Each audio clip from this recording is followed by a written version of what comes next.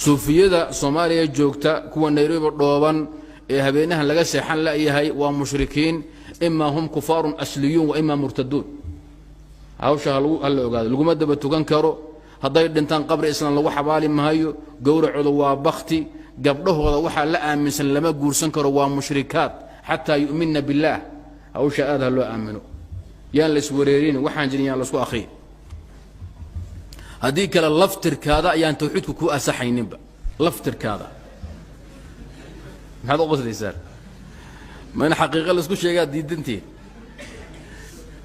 waxaa kamid ah usuul diin kamid ah in mushrikiinta laga barin noqdo hadaa mushrikiinta dhabarka ku wadato oo leedahay waa muslimiin oo koofiyad ku caaminayso adaaba markaa u baahan in gooni lagu baaro intaan ayagaba la gaarin hawsha diinta yaan laga been sheegay yaan la iswareerin فعلى سنمه يعبده لم يكن ذلك إسلاما أو سواء قبل شوكان وصبص دقي فإنه لو قالها هدو كلمة أولان لها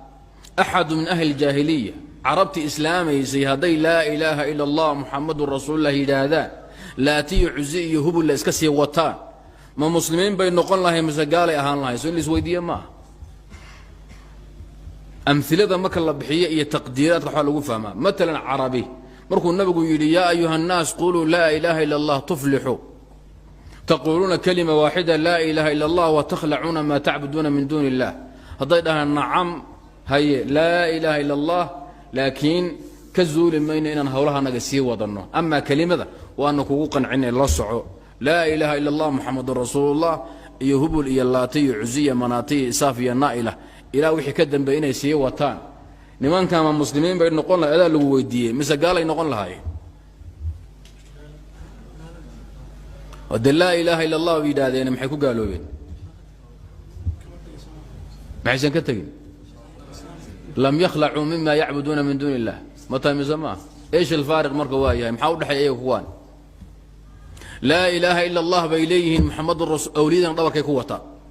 awliya allah adeeg baalkan u saaran taangi la yiraahdo maxaa kaleedii isku mid way wax jira ma jiraan yaa been la soo sheegay la ilaha illa allah wa watan boorka u dhajisan yahay boorka ku garab wadaan awliyadu laga maarmaan way la socda halkan boor waxay ku wataan la ilaha illa muhammadur rasuulullah ila aakhir arkaanul islaam arkaanul iimaan ba u qoran boor labaad oo gacanta bidixay ku wataan ama midig bay ku wataan oo ah la budda wa in loo cuskado cinda shadaa'idi awliyada aan laga tagin marka cirka roob laga waayo caafimaadku yaraado cidda uu cashaqaata asagan cuskanaya cabdi qaadir u yeera ba u qoran maxaa ka leedihiin ma muslimiin ba kuwa